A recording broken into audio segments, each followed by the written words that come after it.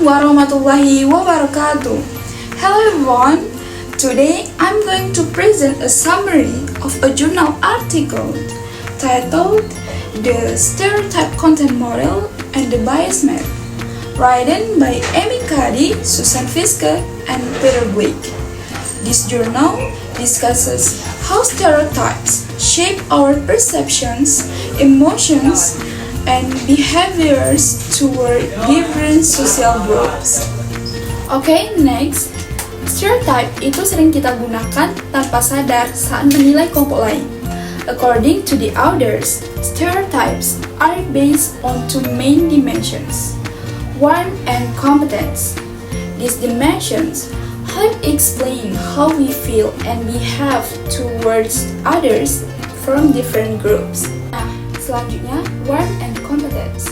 Warm means apakah suatu kelompok terlihat ramah atau mengancam. Competence artinya apakah mereka terlihat mampu atau tidak. Nah, gabungan dari dua dimensi ini memicu perasaan tertentu seperti admiration, pity, envy, atau bahkan contempt. Okay, next slide. 4 types of stereotypes. From these two main dimensions, we get 4 types of stereotypes. Yang pertama, tinggi kehangatan dan tinggi kompetensi, yaitu kekaguman atau admiration. Yang kedua, tinggi kehangatan dan rendah kompetensi, yaitu rasa iba atau pity. Yang ketiga yaitu rendah kehangatan dan tinggi kompetensi atau iri hati, yaitu envy. Yang keempat yaitu rendah kehangatan dan rendah kompetensi, yaitu rasa hina atau contempt. Jadi, emosi kita terhadap suatu kelompok sangat dipengaruhi oleh dua persepsi utama ini. Apakah mereka terlihat baik dan apakah mereka terlihat mampu. Okay, next slide. Emotions and behavior. Emotions based on stereotype affect how we treat others. Misalnya, admiration leads to active help. Pity leads to passive help. Envy leads to passive harm like exclusion. Contempt leads to active harm. Jadi, stereotype itu bukan hanya soal pikiran, tapi juga aksi nyata kita. Okay, next, bias map. The bias map stands for behavior from intergroup effect and stereotypes. Model ini menunjukkan hubungan antara stereotype, emosi, dan tindakan kita. There are 4 behavior types: active help, passive help, active harm, and passive harm. This is useful to understand how bias works in real life.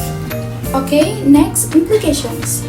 This model is applicable in many areas seperti pendidikan, media, politik, dan kerja. Dengan memahami bagaimana stereotype bekerja, we can reduce discrimination and promote more inclusive attitudes.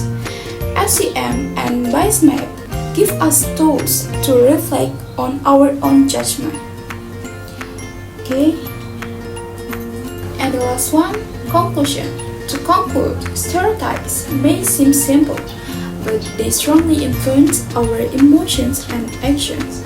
SCM and the bias map help us understand and change the way we think about others.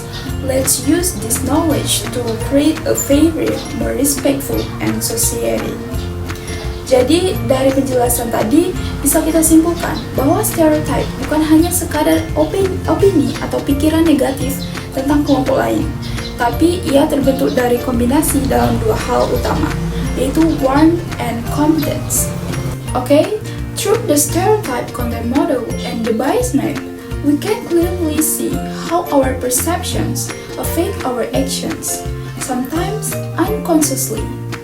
Oleh karena itu, penting bagi kita untuk lebih sadar terhadap penilaian otomatis yang kita buat tentang kelompok lain. We can't fully avoid stereotypes, but we can be aware of them and choose to act more fairly and empathetically. Okay, everyone, maybe that's all from me. Thank you for your attention. Let's be more truthful, more reflective, and more respectful the way we can see and treat others. Wassalamualaikum warahmatullahi wabarakatuh.